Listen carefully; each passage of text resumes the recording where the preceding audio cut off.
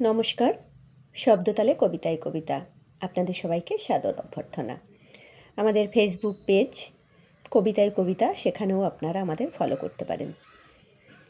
আজকের কবিতা তোমার সাথে দেখা না হওয়াই ভালো।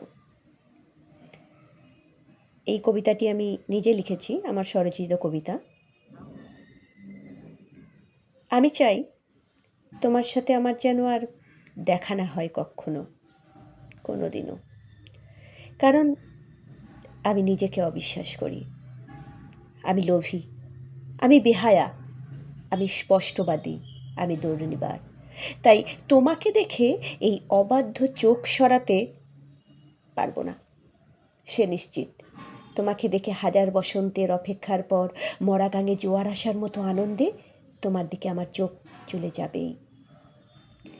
তোমাকে দেখে নির্লজ্জ পা সরে যেতে পারবে না দৌড়ে অন্য কোথাও, এও জানি। আর মন, তার কথা আর নাইবা বললাম। তোমাকে ডেকে উঠবেই, কৃষ শুনছো? তাই তোমার সাথে দেখা না হওয়াই ভালো। আমি চাই না তুমি আবার আমার জন্য নতুন করে অস্বস্তিতে পড়ো। আমাকে দেখে তোমার ভ্রুজোড়া ঠেলে উঠুক কপালে 1 ইঞ্চি। বড্ড ঘৃণাই, আমি চাই না।